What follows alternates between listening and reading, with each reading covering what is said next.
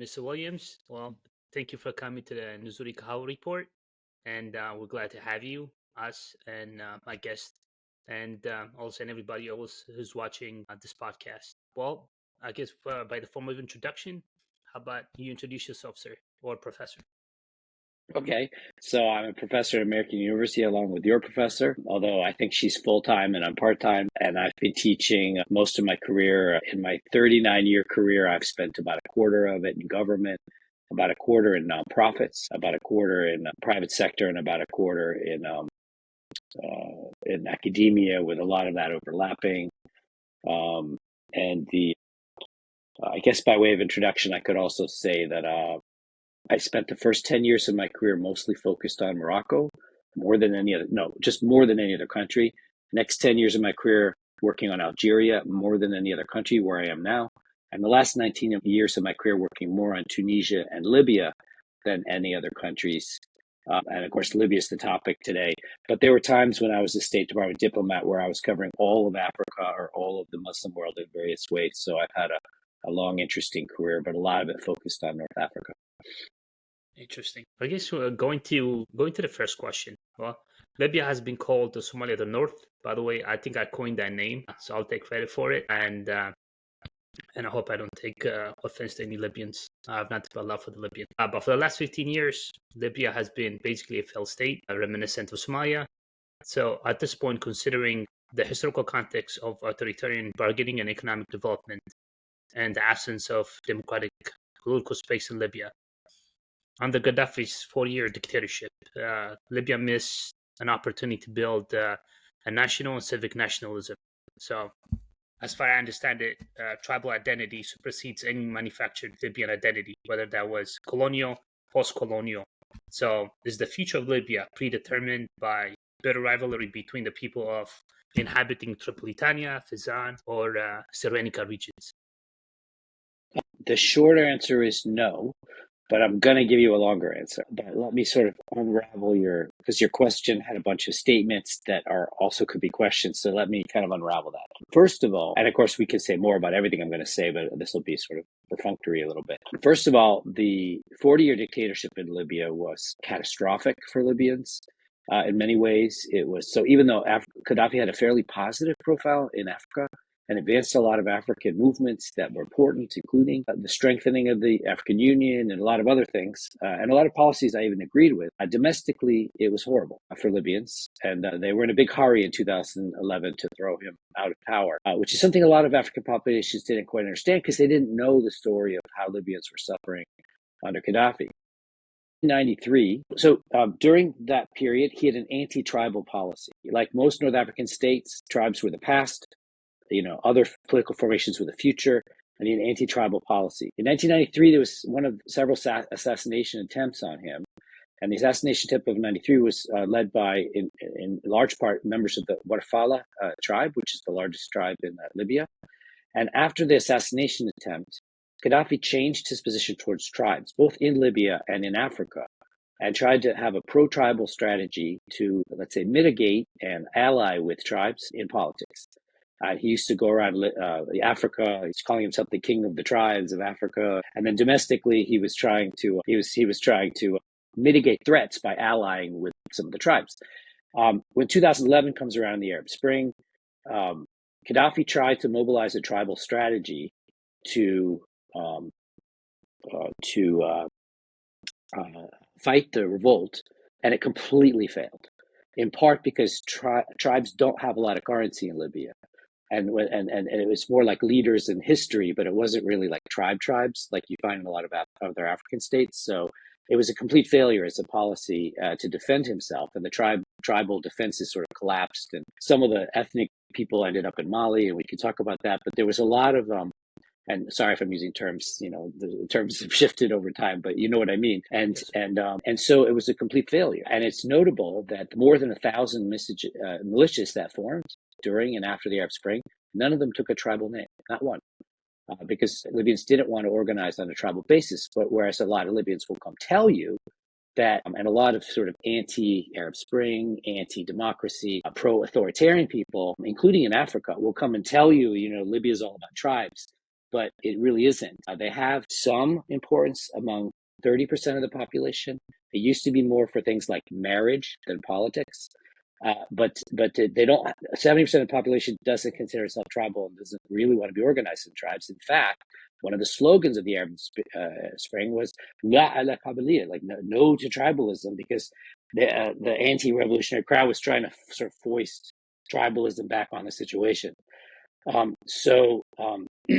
Here we are. We've had a fragile ceasefire since 2020, without a lot of fighting. Although there have been troop movements and concerning things, and I would not call Libya a failed state, and I don't answer that lightly, because I investigated for hours. What a failed state is, what are the failed states recognized as failed states, and is Libya a failed state? And it fits some of the categories of failed states, so I'm not denying that. But I think the better way to describe Libya is two functioning governments at peace, right? And so that's not like Somalia. Now, there are a lot of things like Somalia, like terrorist threat and the trafficking issues, and you and I could come up with a list of 20 things that are similar between Somalia and Libya. So I'm not denying the comparison, but distinguishing Libya from Somalia, I would say we have two competing governments that function, that distribute services and sell oil and do all kinds of things that the Libyan governments do, and they're vying for control of the entire country.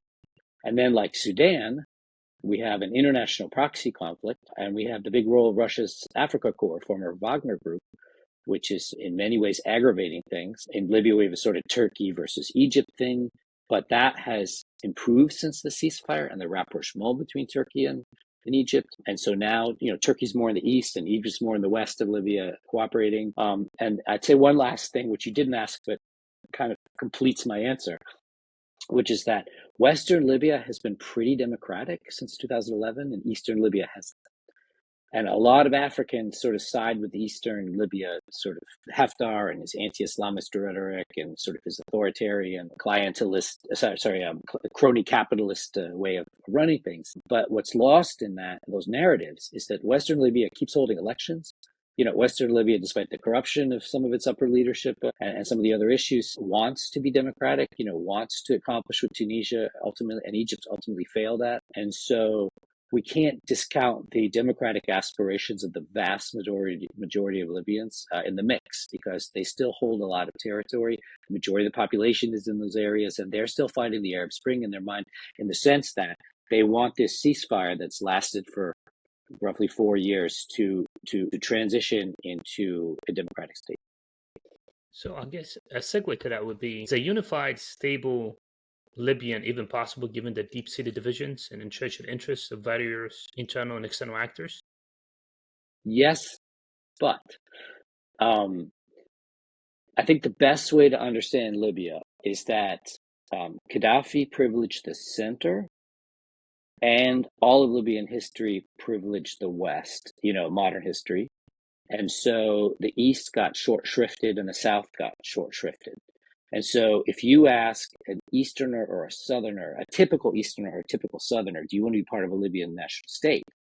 They'll say, not a state that treats us like the states have always treated us. So maybe we need to go autonomous, maybe we need to go confederate or federate, or maybe we need to break away if we don't get what we want. But if you ask an Easterner or Southerner, do you want one Libya to be together and have it one country? They all say yes. They just want economic and political justice, given how they were mistreated before, during, and after Gaddafi in their minds. When it comes to the northwest sector of the country, where most of the population is, they definitely want Libya together, and they're just unhappy that the other parts of Libya are unhappy. So the short answer is yes, but it could fall apart, like Iraq could fall apart, but Iraq might stay together. So it's not necessarily like Somalia in that respect, but as well as I, all over Africa, you have inappropriate borders, inconvenient borders, regions of countries that are mistreated at the expense of other regions, and then all these internal dynamics in countries that could lead to a breakup or a staying together. And so the jury's not out on that. Libya could fall apart, but right now it's holding together with two sovereign governments. Well, I guess in the end, how is it going to work? At the end of the day, let's put it this way: two lions can now roam the Libyan desert, so one Right. has to give. Right. How do you conclude that predicament?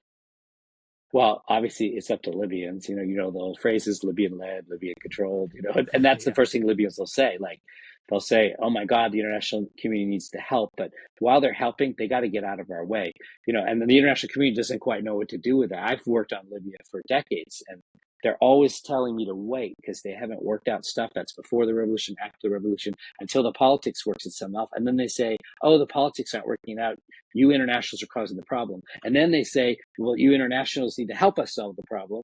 And I was very much involved in Berlin 1 and Berlin 2, which, on the margins, which led to the ceasefire. I mean, sort of advising people and understanding it, making media commentary and publishing things, and knowing a lot of the actors. I wasn't in Berlin 1 or Berlin 2, but that it's a little bit like, the situation in Sudan or the situation in Yemen or the situation in Syria or a number of other conflict states, that you have to have an international peace that doesn't interfere, but also doesn't do nothing. It has to help, right? And then you have to have a domestic peace that has more confidence, that has more political savvy, that has more accommodationist and inclusive politics. And we don't always get that in Libya. And Libyans will be the last to tell you that they're to blame. But privately, they'll be first to admit when you roll out, like, "Well, you guys could have done this and this and this and this and this," and they'll say, "Yeah, well, you're right." But there's that sort of African thing of, like, African solutions for African problems. That was I had a problem with that when I was this diplomat, and I was working all over Africa, and I was like, "Okay, so what's your solution?" And they're like, "We don't quite know yet," and then they're like, "What's our role if it's African solutions for African problems?" And they're like, "We'd like you to help pay for it and assist us." Well, wait a second. If we're helping pay for it and assisting you, don't we have a say? Oh no, African solutions for African problems. So, yeah, and by the way, could you send us some experts? Well, okay. So if we're sending you a bunch of experts, is that African solution to Africa? You know what I mean? So I always have trouble with the African solution for African problem, because in a globalized world, fellas, it's global solutions for global problems. Everybody's involved, and it really can't be just everybody on their own. I understand the historical grievances. I understand where things are coming from. And I understand the loss of control and need for control, right? And African states need sovereign decision making, but sovereign decision making in a globalized world has to include global factors, and that's my only answer. And so that's a long way to get around to Libya will need an international consensus, which, by the way, we've done better on Libya than on Syria or Sudan, a lot of other countries. The Russians use their veto on Sudan, like yes. Americans use their vetoes catastrophically at times. But on Libya, the UN resolutions have gone through tough negotiations with the Russians, Americans, everybody else agreeing on the international piece of peacemaking and democratic futures in Libya. And then on the domestic piece, in any domestic political conflict, you have your extremists and you have your deal makers, and sometimes circumstances favor the hardliners, and sometimes circumstances favor the deal makers. But Libya's fought the revolution slash Arab Spring slash first civil war. They fought the civil war from 2014 and to 2017-ish, which also involved a fight against ISIS, which grabbed territory. And then there was Haftar's assault on Tripoli during the UN visit to Tripoli, the UN General Secretary's visit to Tripoli, and put the lives at risk, and that was terrible. And then it took Turkish drones and other things to push Haftar's forces back. And then we got to the ceasefire in 2020, and a chance at a political future. The entrenched political interests, which is the last part of my answer to your question, don't want an election. They want a selection. They want to rig the election. It's hard to hold elections if half the people, or half of the one government and about a third of the population, wants the result determined in advance. Almost in Egypt sort of way, or some other countries. So all that to say, there's a lot of hard work to do in Libya by Libyans and internationally, to recreate a inclusive, democratic Libyan state that meets the aspirations of the Arab Spring and the 2011 uprising. Interesting. In case of, well, I guess we segue to the intervention part. Had Libya's vast oil reserves not existed, would NATO have intervened militarily? Would the international community would have ignored Libya's plight in the same manner that Sudan is going through at the current moment? Yeah, I would say there definitely would have been an attempt. Oil's not dispositive of these things, but it does play a role that's implied in your question. But they would have tried. And more than anything else, what happened at the UN in early 2011 had to do with the skill of Libyan diplomats more than international interests. And the Libyan diplomats at the United Nations did an incredible job of getting the UN resolutions. And we had some new diplomacy there we hadn't seen before of getting the Arab League on board. They couldn't get the Arab Union on board because, in part, the Arab Union was controlled by Gaddafi to some degree. But they got the Arab League on board. And then when you had the Arab League resolutions and the UN resolutions, that allowed the NATO mission. Now, let me talk about the NATO mission. The NATO mission was supported by nearly all Libyans. I remember when I met with Civic, which is the NGO that critiques NATO and killing of civilians by NATO in places like Afghanistan and the U.S. Wars in Iraq, which were atrocious at times. They said when they went to Libya and did a lot of research on how NATO might have gone overboard, they didn't find much. They said the Libyans we're just happy you intervened. Thank you for getting rid of our dictator. And if you look at the NATO mission and mission creep, which is also within your, what is NATO allowed to do and what is the UN authorized to do? When you look at that, the NATO did kill about 69 civilians by my account. They're not supposed to kill any in the bombings. That's 69 more than deserve to, than should be allowed to have been killed. And they did mission creep a little bit in the direction of the killing of Gaddafi. NATO didn't kill Gaddafi, but they inadvertently and expressly in different ways helped the militias that killed Gaddafi, meaning that it was the NATO bomb that hit the car that Gaddafi was in, and NATO didn't know he was in the car, and then the militias who had some support from the international community killed Gaddafi without any direction from NATO. And I know all the details because I was deeply involved in that analysis and the reports that came together afterwards. Did NATO go beyond its mandate? Yeah, a little bit. Did they go beyond the UN resolutions? Yeah, they did. But did NATO start the Libyan war, which a lot of people think? Absolutely not. It was started by Libyans.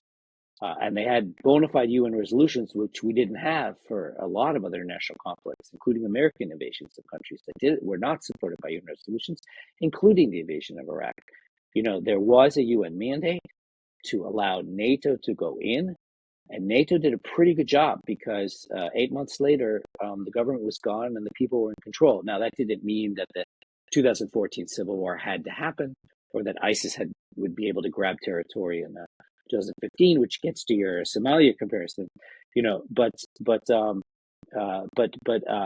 almost every true Libya expert that I know, the people that really know Libya, lived in Libya, aren't against the NATO intervention. Whereas almost every African expert I know that's not a Libyan expert hates the NATO intervention, because of all the narratives that came up in Africa around another international sort of looks like imperialist or, post-imperialist, neo-imperialist intervention on the African continent, fueled by thirst for oil, or, all the narratives. There are whole books written on this stuff. I actually have a collection of books, on Libya that you can sort of taxonomize into the narratives that we're talking about. I think one's called Slouching Towards Something, Tripoli, or, and it's sort of this dystopian view of the international interests in oil companies going after Gaddafi, fueled by the thirst for hydrocarbons. And, I'll be the last person to deny the role of hydrocarbons in U.S. foreign policy, less in UN policy, which is what you asked, but more in U.S. policy and Western governments. But it's really not the whole picture.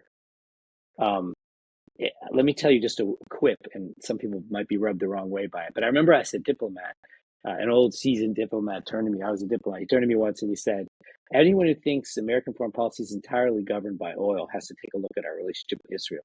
And anyone who thinks that our foreign policy is entirely governed by Israel has to take a look at our relationship with the oil countries. Meaning that it's It's Israel and oil companies and a bunch of other things, that are the soup, the mix, the tagine, the shakshuka, that makes U.S. foreign policy. It's not just Israel or just oil interests or. So, would NATO have gone into Libya without oil? Yes, with a UN resolution. Would there have been a UN resolution without oil? Probably. So you can answer that question as, there was a lot of momentum towards going into Libya without the oil aspect. And that doesn't mean that we shouldn't be devastated by lack of UN and international action on Central African Republic or Sudan or the Sahel in general or Somalia. I mean, fill in the blank. There's a lot of international neglect, and oil is a factor. I won't deny that. But I'll add one other point. Libya is really close to Europe. It's very much attached to that migration issue. It's part of that Arab Spring crescent, that has implications for Europe. And that part has nothing to do with oil. That has to do with geopolitics. With oil as a piece of it, but not most of it. So I'd venture a yes. It's hard to go back in history and figure out, why things happen or don't. But I'd say Libya is strategically important even beyond oil. Okay, so I guess what were the strategic objectives of the intervention? Besides getting rid of Gaddafi, which was a human butcher in himself, he was the longest reigning dictator in Africa. Well, I mean, were the objectives clearly defined, measurable, actionable, or attainable versus the reality on the ground? Yes, but those weren't the objectives. The objective was not to go after Gaddafi. That's what I put under mission creep, right? So the objectives there. So what a lot of people don't know is that Gaddafi had been killing a lot of people. He killed a lot of people in the 2006 uprisings that grew out of the protests against the cartoons of the Prophet that led into a rebellion against Gaddafi. And then he was killing a lot of people in 2011. A lot of people like to say, including people I know well, that there wasn't any killing going on. But I actually went to the sites of the massacres, and hundreds and hundreds of Libyans were being killed in the lead up to the UN resolution as Gaddafi suppressed the rebellion. And I wrote a whole article on this. You can find it in World Politics Review, sort of about the TikTok of 2011. But basically, the East fell, and Gaddafi got the West back by killing a lot of people. And so as he was killing those people, like the Iraq, baby incubator thing and some of the other, that there were these accounts of rapes. And the problem with the rape issue was that it was true, but it was also embellished, right? So it's not that there were no rapes, but not on the magnitude they were talking about. But the narrative of the rapes against Libyan women and the narrative of all the killing of civilians, which was true, became largely the justice of one of the few UN applications of the responsibility to protect principle, meaning NATO is going to intervene to respect Libyan civilians from the slaughter that was going on. That was the objective, protect civilians. And part of protecting civilians is going after mission control. That's where it gets slippery. Because when you're going after, I forget the term, mission control or something in control, there's a phrase I'm forgetting there. But when you're going after that, do you kill the head of state or not? And the short answer is no, you're not really supposed to kill the head of state. You're supposed to be neutralizing the ability of the head of state to massacre people. And technically speaking, the bombing of the convoy out of Sirte that Gaddafi was in, if Gaddafi wasn't in it, was sort of included in the mission of going after mission. Was it called mission control? I'm forgetting the phrase. Going after the apparatus of killing, to stop the killing. And they hit Gaddafi, and then the militias killed him. I do think that's mission creep. I think that NATO with the militias went beyond the mandate of the UN resolution and the NATO objectives, but not by much. Not by much. And I think Libyans rejoiced when Gaddafi, the dictator who had killed so many thousands of Libyans and tortured so many tens of thousands and incarcerated them, was gone. The Wicked Witch was dead, and Libyans rejoiced. I was there. They were ecstatic. And I was there observing the elections. They were ecstatic. The elections of 2012, I believe, no, 2011. And then there were more elections in 2014, which had a different history because the civil war was breaking out. And actually, that civil war started with an attack on parliament. So it was anti-democratic Libyan forces that that did that, while most Libyans were still pro-democratic. The long and the short of it was the objectives were legitimate under the concept of responsibility to protect. NATO went a little bit too far. The Libyans didn't mind it, but international law students and people with degrees in international like me, we sort of worry about where the responsibility to protect principle at the UN is going to go, and international law and mission creep and NATO interventions, because NATO interventions are problematic sometimes. But I'm one of the vast majority of Libya experts that thinks that what NATO did was okay. And again, as I acknowledged, most Africa experts don't. So that's where we are. Even with that, I do have a problem with the terminology or statement with Africa expert, because nobody can become an Africa expert. Like, you can become an expert in a region per se, but I was meaning Africans who are experts. So the Africans who are experts tend to be against the NATO intervention if they're not Libya experts. Yeah. No, it's radically impossible to be an expert on the continent of Africa. You can be an expert in a region, one specific country, but no, I hope I was clear. I meant African experts, not experts on Africa. I missed that. Yeah. Okay, but was there a window of opportunity where there was, I guess, window of opportunity where the African Union could have made a peace deal with Gaddafi, where he could peacefully exit the country? Yeah. Did that opportunity exist? Yeah, it was there, and they failed. They failed. And one of the linchpins was Saif al-Islam Gaddafi, the heir apparent who'd studied in the UK and had made noises like he was going to break with his father and be the sort of transition figure towards democracy. And we all were hoping Saif al-Islam would go this way and not that way. And at the last minute, he went the wrong way. And then people that were trying to make the deal you're talking about, and I know people actively involved in that, struck out. And Gaddafi wasn't interested really, unless he was getting it on his own terms. It's sort of a bad thing to talk about, but kind of like the whole Israel-Gaza negotiation. They didn't make a deal for 15 months, not because both sides couldn't have a deal that would work, that could be negotiated, but in part because they wanted to win more than they wanted to stop the war. And so when you want to win more than you want to stop a war, you want to win through a negotiation. Does that make sense? So both Hassan and Israel wanted to win in the negotiation rather than just stop the war on its own for its own sake, notwithstanding all the genocidal problems. But and in the case of Libya, Gaddafi didn't want real peace and democratic transition. He wanted the family and himself to keep control of Libya, and he didn't want the democratic opponents to have a real say or stake in Libya. So the deal that was possible, those trying to organize that deal failed to get a deal. Interesting. Interesting how Gaddafi toppled when he made a coup d'etat to topple the monarchy, and later on he became a monarch himself. Yeah, it's funny. But what is that phrase? The king is dead. Long live the king. Yeah, one of the quotes in my PhD length master's thesis was from Benedict Anderson was successful revolutionaries inherit the wiring of the old state. It's hard for revolutionaries and coup makers to really change things because it's hard to run a state in a completely new way.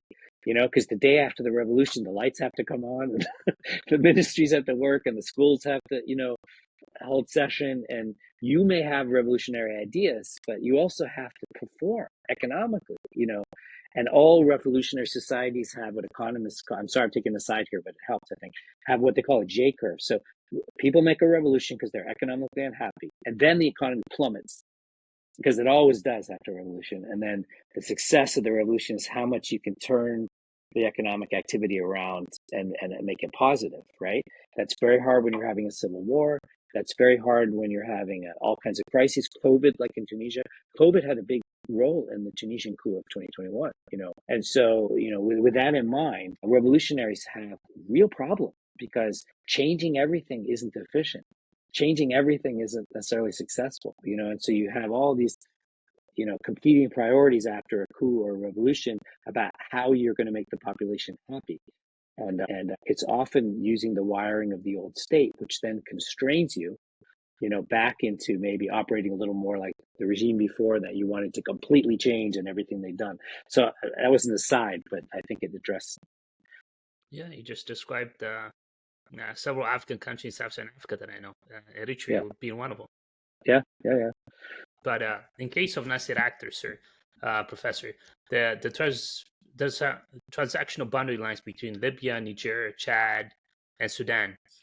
Do you think it will create a fertile real estate or a battle space for disenfranchised Islamic terrorist organization in Libya, and will serve as a funnel, and mainly to go to Sub-Saharan Africa, mainly West Africa, the Middle East, and also Europe itself, mainly becoming I Libya missed becoming a it. central I hub? missed the very top of your question, but I think I got it, and I'll answer, and then tell me if I missed something. So, I remember General, I think his name is Nagara, gave a talk. He was head of the U.S. Counterterrorism Center. Gave a talk at CSAS a couple of years ago, and he said when they asked him, what was he most concerned about in the world, and he said Sahel keeps me up at night more than any other part of the world.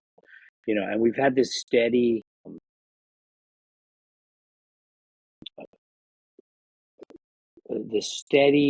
increase of threats of all kinds in the Sahel over the last, what do you want to pick as your start date? 20 years?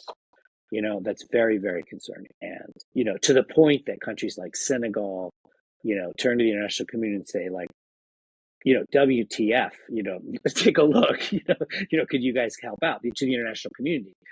But then because of the colonial legacy and the post-World War II history of unpopular interventions, people don't want international solutions in the region. I mean, one of the reasons we had so many coups, I counted 12 across the region, multiple coups in some countries, was because people were coming into power that were saying the West caused these problems and we need to throw out the West to solve the problems, which is very easy to convince people. If they're unhappy and upset and disenfranchised and poor, and the French are mining uranium in the north of the country, or whatever the rich people are getting, maybe there's oil over there and minerals over there, and all this, and then you've got this horrible colonial legacy, and not just the French but other countries as well. It's easy to say, well, the French caused it, the French are still causing it, throw the French out. And then where you end up is a whole bunch of countries run by military putschists backed by Russian paramilitaries who are there primarily as a Praetorian Guard to protect the presidency, the putschist presidencies, and to steal minerals. And so the stealing of the minerals is the same problem that they were trying to get rid of by throwing out the French. But now they just get the Russians stealing minerals again. So now you have things like massive amounts of gold being stolen from Sudan and funneled right straight through Moscow, sometimes through Libya, sometimes the eastern Libya, sometimes through Dubai. And, it was going through Syria, but now Syria is no longer a Russian playground. So not only is Sahel getting worse and worse, but the people who are trying to solve Sahel are making it worse. And in particular, the coup makers and the Russians, in my opinion. And so what's the solution? Boy, that's a tough one, because you have 5 or 6 countries there that the governments are not serving the populations, and things aren't going in the right direction. So the short-term solution, I could make some speculations on. But it's not unlike what I was saying before about international consensus, like an international conference that says this is important and here's how we're all going to agree on like moving everything in the right direction in partnership with Africans who are owning the solutions, but also, longer term, there's going to have to be a complete reframing, restructuring, imagining of Africa's relationship with the world, right? And how, these international institutions work for them. I'm doing a speech right now in Algeria in part on UN reform, the African seats, permanent African seat, and so as things evolve over the medium and longer term, we're going to have Africa working on an equal basis with everybody else in the world, in every venue and in every forum, and yet nonetheless, getting back to several previous points I made, cooperating with the international community on addressing problems on the continent, including increasing terrorism and increasing counter-terrorist coups that are neither of which are serving what Africans need and want. And that's, and it's not like I'm not one of those Africa is the basket case people, of the 55 countries. Some of them are the fastest growing, most incredible places in the world. A lot of the continent is a success story and very much going to be a 21st century hub, for the world. So I'm not a naysayer or a critic of Africa, as a continent and as a people, as a set of peoples, but there are parts of the continent that are very concerning, including that area. And if I could just talk about terrorism for a minute, I often see terrorism as a symptom rather than a cause. I mean, in human history, and I've taught classes on human history, right? There's always bad people. There's always schizophrenic people. There's always violent people, throughout human history. The problem is when a lot of people start following them. And when a lot of people start following bad people, it's when they have grievances that haven't been addressed, right? Ultimately, you need better military civilian relations in all these countries and not coups, but democracies, in my opinion. Ultimately, you need a lot of the humanitarian assistance, development, investment, job creation, you name it, to get these economies moving. And that's not easy to do in fraught security environments. And ultimately, you need, to push these problems out of the way to allow Africans to own their futures and to develop the continent the way a lot of the parts of the continent are developing. Instead, what we have is populations held hostage by terrorists and by anti-terrorist putschists, right, that aren't helping the development of the continent. So going back to the Libya Sahel part, yeah, it is true that the failure of the pro-Gaddafi, Tuaregs and others going to Mali destabilized Mali, but Mali would have destabilized anyway. They had more weapons, so it made it nastier. And then you had this French intervention, which was unsuccessful, and we go through all the things that went wrong in Mali. But the idea that Gaddafi had to be allowed to keep killing Libyans so that Mali could, be stable is, I think, a torturous logic. Libyans had a right to throw out their dictator, and NATO was mandated to assist, even though it went past its mandate. And Mali needs to be helped on its own basis. And I can go on. I taught a whole class on Sahel security. We can go on and on about what Mali needed and Mali needs. But one thing's clear to me: whatever destabilization of the Sahel emanated from Libya, that doesn't mean Libyans had to keep a dictator. I concur. Talking about Russia, so there's a possibility that the Russians might lose their naval base in Syria, and the possible deployment of Russian troops in, I think it was the Matan al-Sara base on the border of Chad and Sudan. How's that going to change the battle space in Libya? Do you think that might actually affect? Also, is Moscow looking forward to a naval base on the Mediterranean coast? Possibly.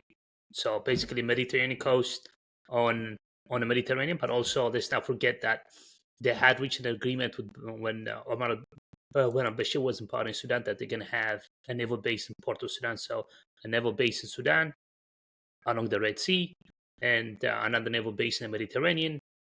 How do you convey that logic? So the short answer is no, yes, no, and then I'll break it up because you asked a series of questions. So, but let's talk first about Russia. So Americans are seized with Russia and China in the world. Americans are seized with Russia and China in Africa.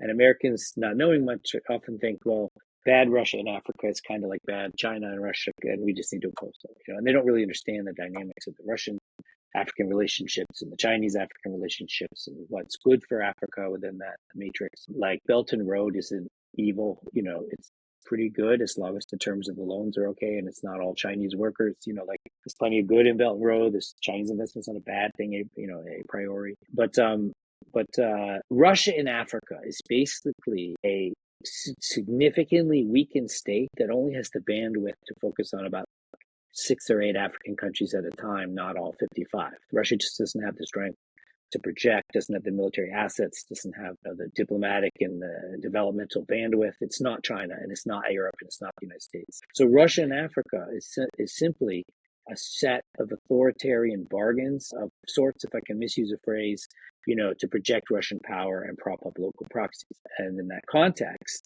Russia just lost badly in Syria, which is outside of Africa, I'm well aware. But, Russia and Turkey had been sending a lot of Syrians to fight in Libya. So there were over 12,000 Syrians on the two sides of the Libyan conflict. And just if I can skip to one other thing, I've been watching videos over the last year of Ukrainian special forces and Africa Corps ex-Wagner group fighting in Sudan. And I heard they were fighting in Mali too. So what? The Ukrainians are sending troops to Africa to fight Russians? But this is the context we're living in now. Strangely internationalized conflicts. There's always been some of that in human history, but it's weirder and more now. So in any war, you have fighters from other countries, in human history, but, this is bigger and more organized. But Syria was a massive failure for the Russians and the Iranians, huge failure, although they're trying to piece it together. And they immediately deployed their naval assets to Libya because they have a relationship with the autocrat in eastern Libya, General Haftar,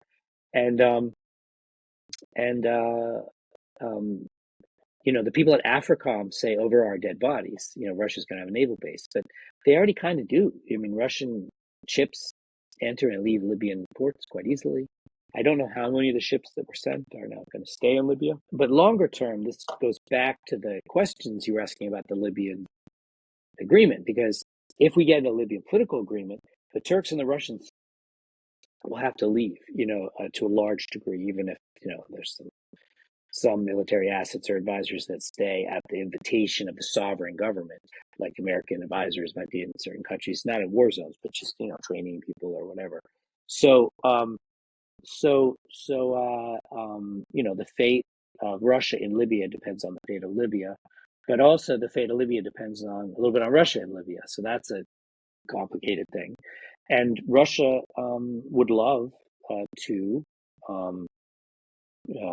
see a unified Libyan state with a huge positive Russian relationship that could replace to some degree the Russian-Syria relationship, and then they get their ships on the Med in a hugely strategic port. On the Russia base in Chad, Sudan, I don't think that affects Libya, which is why I said no, but I do think that it's really bad for Sudan. I don't think it's very good for Chad. And frankly, while I don't want to be hypocritical here and say, Turkish assistance is good and Russian assistance is bad when it comes to Africa, all foreign assistance that's unnecessary and not helpful needs to go. That said, the international interventions have to be in the interest of sovereign African states, right? And for me, the criteria is help the African people. And there's nothing about Russians on the Chad-Sudanese border stealing gold and funneling weapons that's good for Africa. You know what I mean? Whereas I can make a case that Turkish drones defending Tripoli might be, for at least with the Tripolitanian population. So it's complicated. But a weakened, an injured animal is more dangerous than an uninjured animal.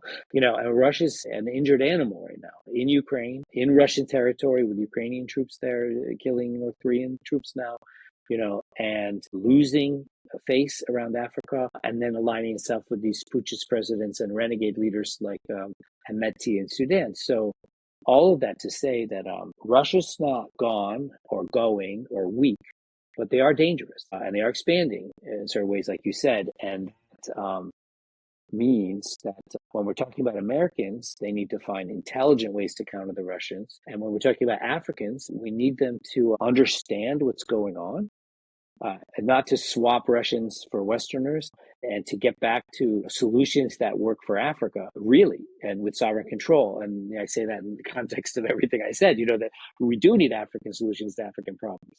But that also means some internationals backing off, other internationals stepping in at times, and definitely more awareness, which is what your podcast is about, of the dynamics of what's going on. Africans won't have good futures if Africa is a playground for international proxy. Well, unfortunately, it was during the Cold War. It is currently. Oh yeah. I mean that's the reality in the ground. But on that subject, sir, how about Algeria as a military clan? As Algeria as a military clan state of Russia, meaning all the armaments come from Russia. Would Algeria be an optimal location for the Russian naval base instead of Libya? Nope. And that's what my speech is about on Tuesday, because Algeria even though it was aligned with Russia in the Cold War while being the head and sincerely non-aligned, the head of the non-aligned movement is sincerely non-aligned. Algeria, I think in recent years, is taking even more seriously its commitment to non-alignment. And the best example of that is the way in which they didn't oppose Russia on Ukraine, but they didn't back Russia on Ukraine. And as oil and gas got cut off to Europe, Algeria signaled very clearly to Europe that they would step in and support Europe against the Russian cuts, and that they want a robust and healthy economic and political relationship with Europe, not understanding some prickliness right now but between Algeria and France and all that. But they truly believe, and I've spent a lot of time with Algerian analysts and diplomats and you name it, professors, Algerians truly believe that the world is a better place if the big powers aren't controlling the world in blocks, and they truly believe that Algeria can and should be a global leader. If you go to the United Nations, Algeria plays a huge role. You may remember Kofi Annan when he was Secretary General. The anecdote, not the name, but when he was Secretary General, two of his right-hand men were Sahnoun and Brahimi, Algerian diplomats, and did a lot of his envoy work and deal making, and so Algerians loom large, is my point, at the United Nations and in international affairs. So Algeria's really important here, because they'll fly to Moscow and have these military relationships, but they'll also tell Putin they don't agree with this and they don't agree with that. So it's kind of interesting. The Algerian-Russian relationship is something that deserves a lot of investigation. And Algerians will be the first to tell you, and so would I, that Algeria is not a puppet of Russia, nor are they welcoming any Russian bases, because they don't want foreign bases on their soil. And by the way, they do have a counterterrorism coordination center in the south with the Americans, in the south of Algeria, but no foreign basing.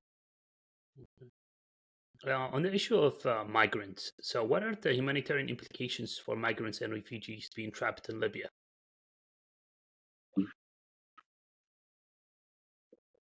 Well, the first thing to say is that the trafficking of Africans in Libya was real. It was horrible. It was a whole set of problems, not just one problem. But, there was that auction that showed on CNN. There was long incarcerations of Libyans, of African migrants in Libya that was devastating. There was all the powers capturing migrants at sea, turning them back to Libya, which is clearly a violation of international law. It's a big sordid mess of awfulness on the migration issue in Libya. That said, a lot of what was being said about Libya was exaggerated. A lot of Libyans cared about the issue. I know a lot of Libyans that were involved in dealing with the migrant issues, and they were sincerely trying to sort things out. When I was going to Libya, there were about 1 million African migrants living there. So it wasn't just people flowing through Libya, but they go to Tunisia or Libya or Egypt or Morocco, wherever, and they earn money, and then they go. And I actually personally tracked a lot of migrants, children of friends, people that got kidnapped in Tunisia, people that got dumped in the desert in Libya. I know a lot of individual cases of horrible things that happened to African migrants across the North African space. And it's not a pretty picture, but it's also sort of a mixture of evilness and heroism. When you see how the migrants experience their attempts to migrate. I'll raise another point, which you may or may not know, a lot of Africans probably know but haven't thought about.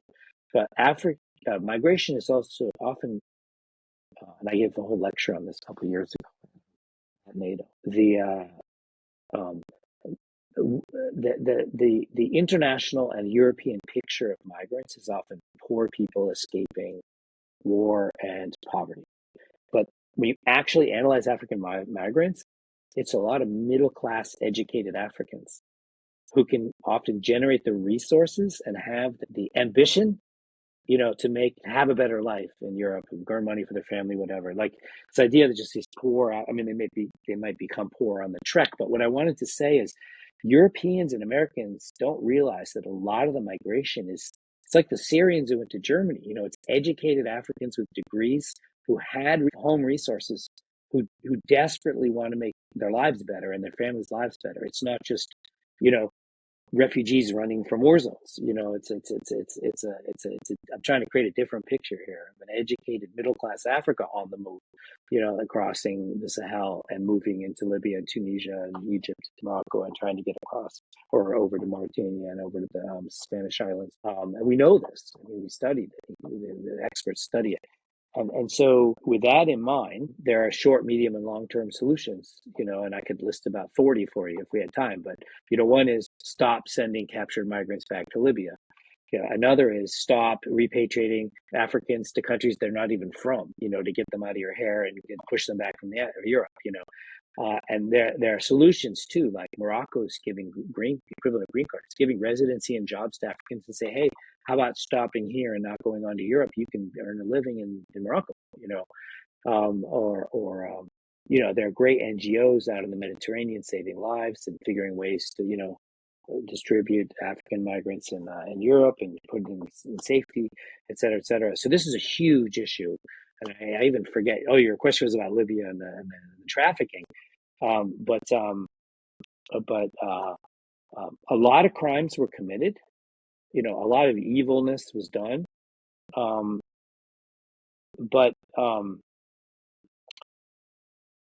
you thrust people into circumstances, what do? Right? You thrust African migrants.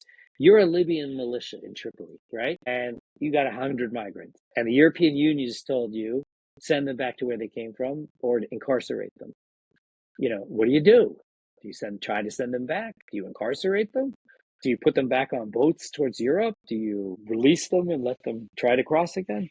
Which is not what you agreed to. You know what I mean? Like it's complicated, notwithstanding the awfulness of what was done. So the migration issue is huge. It's central to the African-European relationship. It's destabilizing in Europe because migrants help increase bigotry and the rise of right-wing governments, which destabilize European countries, lead to things like Brexit and right-wing victories in Germany, France, and Italy, and other places.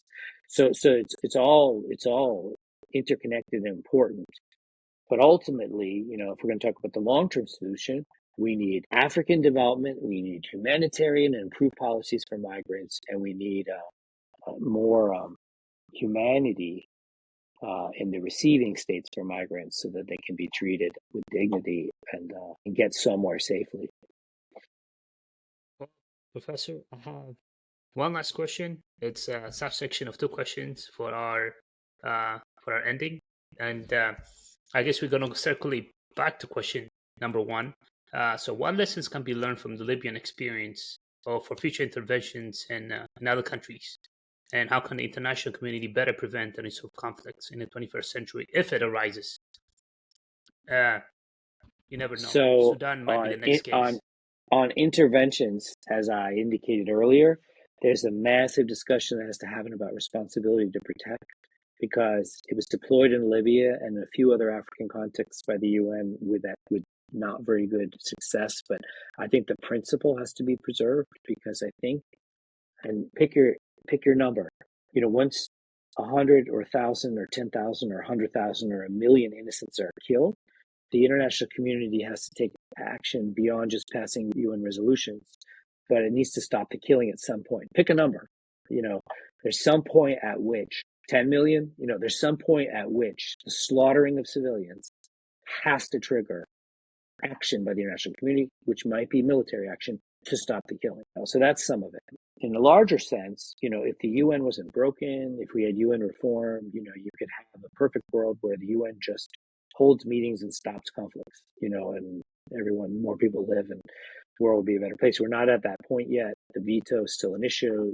There's a lot of things and wielded against American interests and by the Americans, and so that's an issue, but UN needs to become more egalitarian and democratized. That's the context to say that interventions need an international mandate. Then they need to follow the international mandate. And the things that went too far in Libya in terms of the NATO intervention under a UN mandate, that has to be fixed. And we need more countries rather than less countries involved. We need more African countries rather than less countries involved. We need, as you know well, African security peacekeepers and security contingents. But there were a lot of Chadians in Mali who couldn't stop things from falling apart. They were a big part of the international contingent there.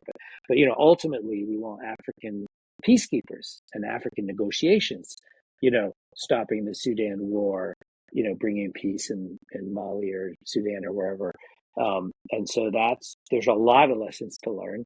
And I sometimes feel like we're at the very, very beginning of learning how to end conflict and make peace in the world internationally. Like I still feel like the world's in its infancy, on sort of figuring out how to have interventions that are humane and legitimate and successful. And then in terms of what was your second question? It was a two-part.